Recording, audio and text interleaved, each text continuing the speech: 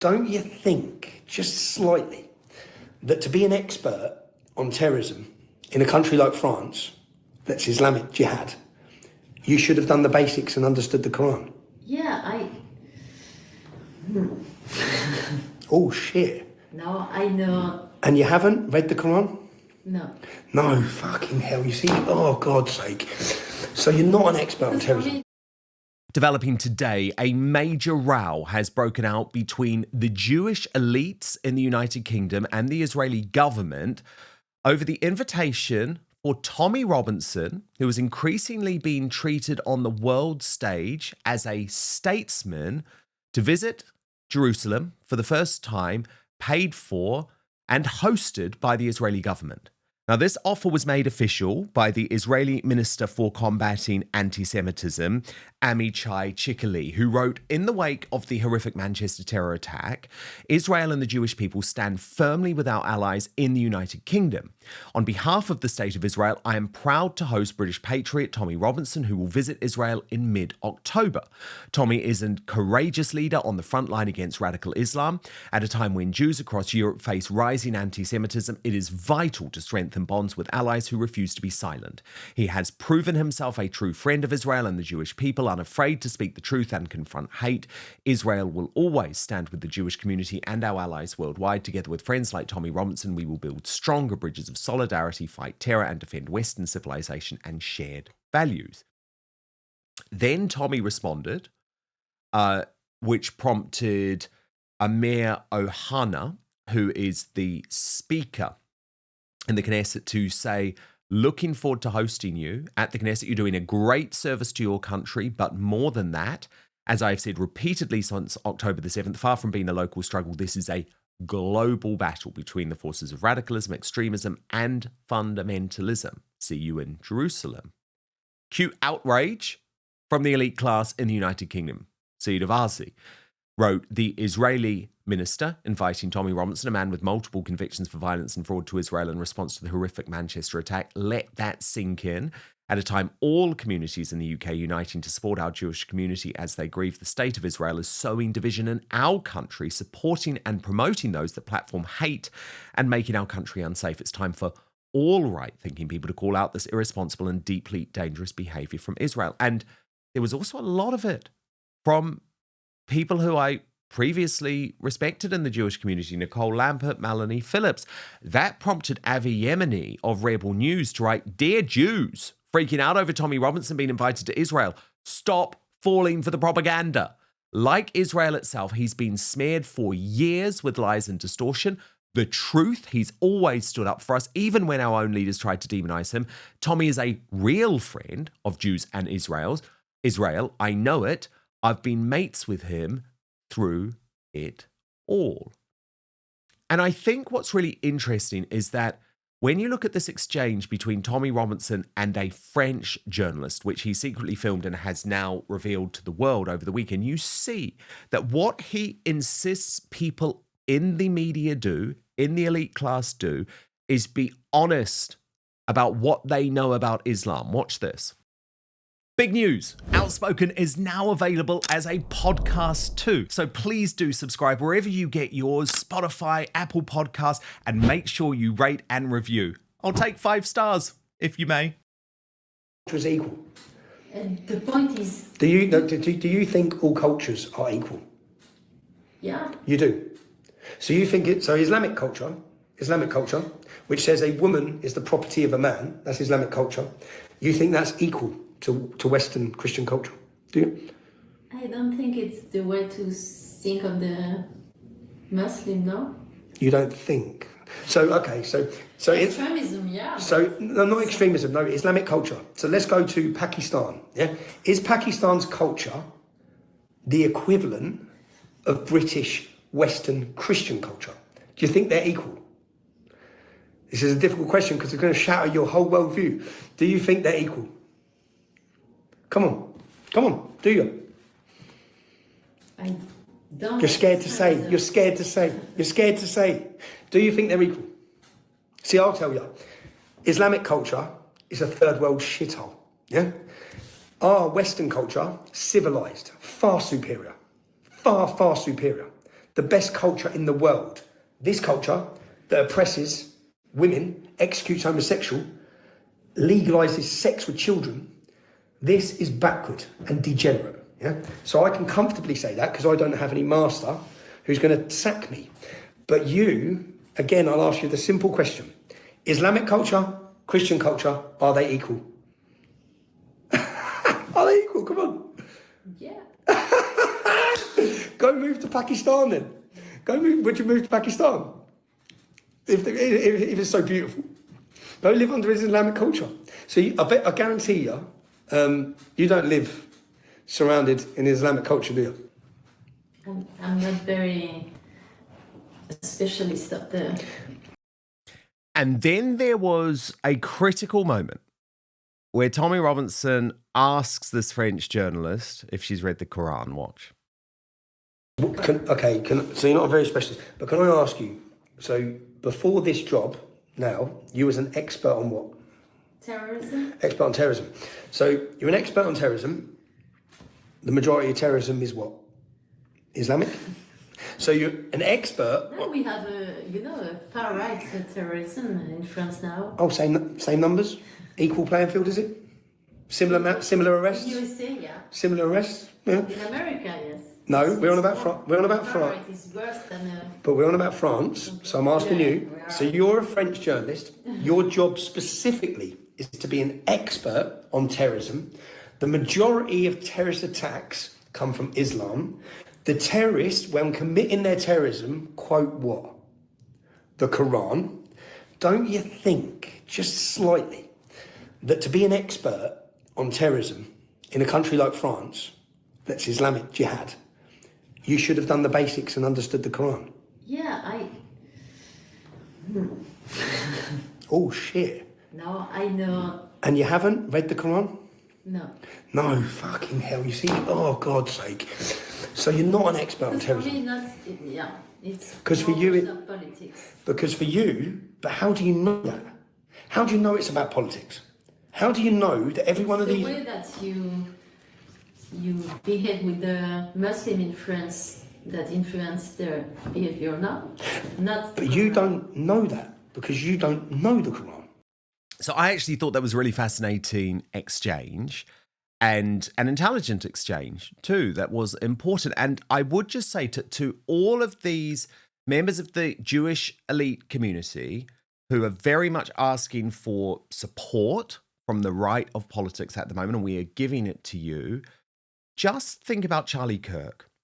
Because Charlie Kirk was fighting for the right of Tommy Robinson to speak out for years before his death. And you all quite rightly respect Charlie Kirk, respect Charlie Kirk's support of Israel over many years. There wasn't a political difference between these two. Watch. Thank you for having you on our show. What do you think about the suppression of freedom of speech in the UK and that Tommy Robinson is in jail for publishing a documentary about the grooming gangs who raped British girls? I mean, I think it's terrible. I think the President Trump, should first call, I can't remember your prime minister's name, he's such a loser, call him and demand, demand him from the release from prison. And if not, I think we need to use every diplomatic channel possible, including potentially even terror threats to get people out of jail for being political prisoners. I think the same should be done for Pavel Durov in France, who has similar type of imprisonment or potential conviction for speech crimes. But here's the thing. We pay for all of Europe's defense. We pay for it through NATO, through military expansion. The least that we can ask for is that if we pay for all of the military defense of Europe, that the United Kingdom and France and Germany have at least some free speech protections for dissidents. So Tommy Robinson, Pavel Durov, and I'm sure there's a list of a lot of other people. It is time for American diplomatic strength and channels to use some, start small, and then increase to demand the release of people that are unjustly imprisoned for simply speaking their mind. Thank you so much. Because in Britain, we already had one person who committed suicide because he was put in jail for posting a meme. Thank you so much. I'll just say last thing. There's no place for that. We always talk about America spreading democracy around the world, but why don't we ever defend free speech when people are put in prison in Western democracies? We need to stand up for that. Thank you. Thank you so much. Okay, to my superstar panel now. And there is a split between their parties on the issue of Tommy Robinson, Russell Quirk of Reform UK, and Kendall Harper-Rays of Advance UK. So, Kendall, you've made it clear you're a supporter of Tommy Robinson. What do you think of the Jewish elite class in the United Kingdom being up in arms about this official invitation for Tommy to visit Israel on behalf of the Israeli government later this month? Well, I think that they have a woke narrative, and they clearly don't understand that Tommy Robinson has been sticking up for Israel for as long as I can remember. I think he has every right to go and be respected in the place that he defends. He's always been open about the persecution of the Jewish people, and I think he has every right, as much as anyone else does, to go there and have some respect for the activism he has done for the Jewish community. Russell Quirk, where do you stand? But first, if you're anything like me, you've spent so much time trying to find the perfect skincare treatments for your face, only to realise you've been neglecting the skin on your neck. But as I've got older, I know that's a massive oversight, because the neck is on display all the time, yet lots of folk just treat it as an afterthought in their routine. And I know I'd fallen into that trap. And what's been interesting actually is since starting this campaign with Go Pure, I've spoken to many in our Outspoken audience, many women who tell me that they know the skin on their neck is thinner, more delicate and less oily than facial skin, and they need specialized care, but they just don't know where to get it from. And so I have to say, that is why Go Pure is the answer. It is an absolutely beautiful product. This is the Go Pure Tighten and Lift Neck Cream. And it's transforming the lives and necks of women, and some men too, all across the globe. So let me tell you about this gorgeous product, because I saw a noticeable difference within just weeks. Oh, and by the way, Outspoken viewers and listeners get 25% off Go Pure if you use the code DAN, that's DAN, at checkout today. So just head to gopure.com/Dan, use code DAN, and you're all set. But what's so amazing about Go Pure is that its proprietary firming complex is actually designed to visibly firm and smooth the skin on your neck and chest in as little as 4 to 8 weeks. In a consumer study, 100% of users said their skin looked more supple, 97% noticed a firmer appearance. Indeed, Go Pure's full line of science-backed skin and body care have delivered for over 100,000 real women with real results. It's dermatologist recommended, cruelty-free, plus with over 1 million jars sold, I don't think you can say this is a beauty secret anymore, right? Because it's not a secret, if you get what I'm saying. So, tighten, lift, and restore elasticity in your neck, because your skincare routine shouldn't stop at your jawline. And for that limited time, Outspoken viewers and listeners get 25% off Go Pure using the code DAN, D-A-N, at checkout. Just head to gopure.com/Dan, use the code DAN, and you are all set. Quick favor too, after you buy, when they ask you where you heard about Go Pure, make sure you tell them it was after watching Outspoken. But now, back to the show. I think it's absolutely up to Israel who they invite there, who they have to speak there. That's a matter for them. There will be critics, there will be supporters. I think it's a matter for Israel. I don't think it's got anything to do with us whatsoever. On the dividing line, if you like, if it is, if evidently there is such a dividing line between various political parties and political commentators, I think the problem with Tommy Robinson is that, and you've just heard it in that clip there, he's almost conflating the Quran with terrorism. That is not right. It is not right to say that the Quran is tantamount to terrorism. That's false. That's ridiculous. Tommy has a reputation for extremism because he doesn't seem to be able to see that, yes, there's extremism in Islam. There are Islamists, of course. You can also state that the majority of terrorist offences, in fact, not just in Britain, but of course in Europe, are carried out by Islamist extremists. What that doesn't mean is that all Muslims are bad, that all Muslims are extreme. And that's the kind of brush with which Tommy paints the Muslim faith, in that they're bad. jihad, and I don't buy that. That is not right. I know plenty of Muslims that certainly are not extreme, are not asking for jihad, are not stoning their wives to death, are not making them even wear, hijabs and so on. So I think that is the problem that I have. And forget the party lines for a second. This is my own view, is that Tommy is too extreme, and it's up to Advance if they want to nail their colours to that particular mast. That's fine, but I think my view, maybe the view of Reform, is just a little bit more sophisticated, pragmatic and sensible than that. Kendall, do you want to come back on that? I mean, at the launch of Advance UK, which you spoke at, Ben Habib, the leader, made it very, very clear that Tommy Robinson is welcome in the party, and he has joined Advance UK. I think he has our party. Every time that Tommy Robinson has called out the Quran, he's never stated once he hates all Muslims. He's never said that. He reads out the verses in the Quran that incite violence, which should be heard. That doesn't mean he hates all Muslims. Some Muslims do support him because he calls out the truth.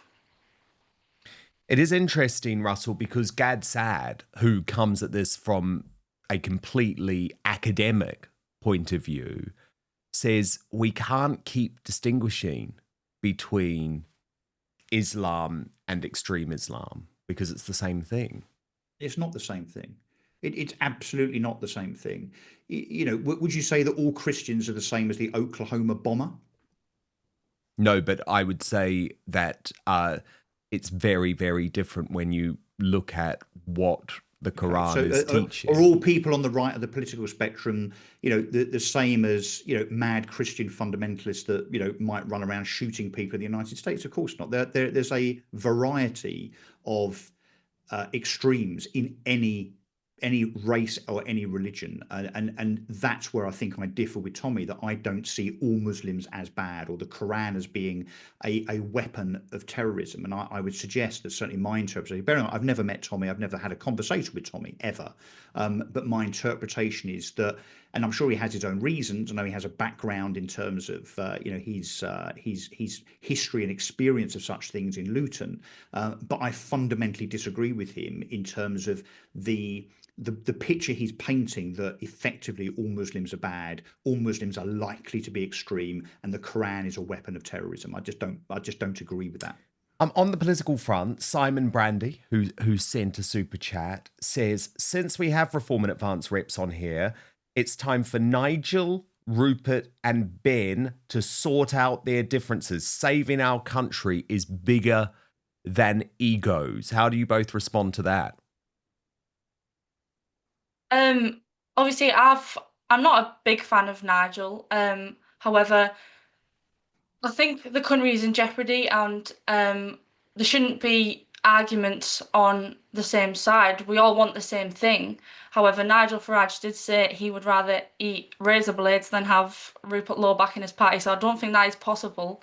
But it would be nice to see everyone get along. I know the majority of the people want the same thing, so I don't agree with the ego battles at all either. What do you think, Russell? Well, I'm not sure it's ego. I think, look, there's a lot of water under the bridge, I think, between the individuals concerned, and there are fundamental disagreements. I mean, Rupert Lowe, for instance, has famously said in the last few weeks, he basically thinks that anybody, even if they're a second or third generation immigrant, if they're caught by way of criminality, should be deported. I mean, not only is that extreme, but that's completely and utterly impractical and ridiculous, frankly. That those people are British, by the way. How far back do we go? Do we go back to 1066? I mean, how many generations do you want to go back, Rupert? And again, I've never had a conversation with Rupert. I'm sure that he, in his own way, is an upstanding man that is absolutely got conviction. Ben Habib, I know quite well from my talk in GB News days. I like Ben a lot, but no disrespect to Ben, I think Ben has created a party in Advance that is basically an anti-reform party rather than it being a party in itself, by way of policy, by way of setting its stall out politically. And I regret that, because I think Ben is a pretty sensible and certainly a very, very eloquent orator. So I think it's absolutely a shame that Ben and Rupert are not part of that. But I think Reform have moved on from both, I'm afraid. And Russell, congratulations. You are now officially an elected Reform UK representative in Essex, in Brentwood. We covered on the show last week the fact that you had been axed from Talk TV because of the off-communist rules, which seem very, very targeted on people on the right. And over the weekend, Lisa Nandy, the culture secretary, made it very clear she is actually now going to attempt to get Nigel Farage banned from GB News. So this campaign continues. Are you going to be allowed back on Talk TV now that you've been elected? Dan, there's a lot of people in government that are pretty sinister, aren't they? That they want to stop, again, probably the most powerful man in politics right now, leading the most powerful party, with something to say to the electorate that, certainly in my case, by way of my election on Thursday night, those people have responded, in legion. For Lisa Nanny to want to silence him by way of curtailing his right to his freedom of speech, I think is pretty outrageous, and it's certainly very, very sinister. Look, it's too far to say that I've been axed. I mean, I was back on Talk today as a property correspondent, if you like, talking about some property, and I'm back on with Julie Hartley-Brewer tomorrow as her presenter. But they're too worried about you hosting a show because of Ofcom. So I haven't been axed, right? I've not been axed. This is nothing to do with Talk TV. I don't want anyone to think that Talk TV have done anything wrong here. They haven't. This is these ridiculous rules that say that if I'm standing as a candidate, which obviously during the election period up until the 2nd of October I was, that I might influence you and so on. Obviously we rehearsed this the other day. Look, I am back. I don't know if I'm coming back as a cover presenter, and obviously I covered for Alex Phillips, I covered for Julie Hartley-Brewer, for Jeremy Kyle, for Kevin O'Sullivan, and I love doing that, and I want to continue to do that. The Ofcom rules, actually, by way of the GB News versus Ofcom Jacob Rees-Mogg case, which you may remember from a few months ago, it was held that you can, as a political representative of the party, an elected political representative, you can present a show as long as it's not a pure news show. So I hope to be back. I'm certainly back on Talk TV as a guest, as I say, today and tomorrow. And I've been on GB News many, many times. I'm back on with Patrick Christie's this Friday. So look, we'll have to see. But you know what we need to do? We need to disband Ofcom. We need to disband the Electoral Commission. We don't need these idiots, these left-leaning, shut it down. Exactly right. No, absolutely. It's an awful organisation. Well, congratulations, Russell Quirk. You want to be the first Reform mayor in Essex? That's the goal. I'd like to be. Look, I that process has not finished yet. Obviously, there's an internal process that's ongoing. I would very much like to be the first mayor of Essex for Reform. I have a plan. I have conviction. I have experience. But look, let's see how that plays out in the coming weeks. And Kendall Harper-Ray, so great to have you here, a rising star of the political right and now a member of Advance UK. So many super chats coming in from you today. Alex Marmon, thank you so much. This is such a good point, Alex, and I wanted to make it earlier. They write, watch an old video online from Euro 96 before an England game. Every player sung the national anthem apart from Gary Neville. The commentator commented on that fact too, says everything about Neville. Stevie Lead says, Gary Neville thinks he's a patriot. No, he's a traitor in my eyes. Scumbag. And so there is a lot of anger about this. Make prophecy great again. Says, Gary's next live game for Sky will be interesting. Hope the fans let him know what they think. And I certainly hope for that too. Okay, time to reveal today's greatest Britain and Union jackass. And of course, Gary Neville is nominated, isn't he? By Real McCass, who says this pompous lefty socialist is an absolute disgrace. Also up today, Angela Rayner, nominated by It's Only Me 44 for using her protection officers as her personal courier service. And Meghan Markle, nominated by Anna Island, who says, why would she film herself in a car where Diana died? Seatbelt off, feet up. Then posted on social media. Why indeed? The results are in third place with 5% of the vote, Angela Rayner. The runner-up with 7% of the vote, Meghan Markle. But well, overwhelming today. Your Union jackass, the worst Briton in the world today, is Gary Neville. And today's greatest Briton, nominated by Kaz Quinn, it is Katie Hopkins. She says, make this woman Prime Minister. And I have to say, Katie very much made me laugh with her batshit bonkers Britain take on the Meghan Markle saga earlier. Watch. Oh, turns up at Paris Fashion Week, fancying herself to be kind of budget Angelina Jolie, but without the talent or the tits or the teeth. I mean, I think she fancies herself to be a bit of a catwalk model, more like an aged pussy on the prowl, looking for its next prey.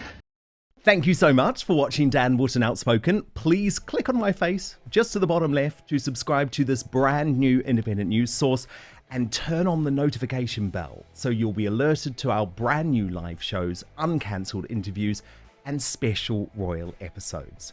Outspoken is also now available as a podcast, so you can listen to the show every weekday on the go, wherever you are.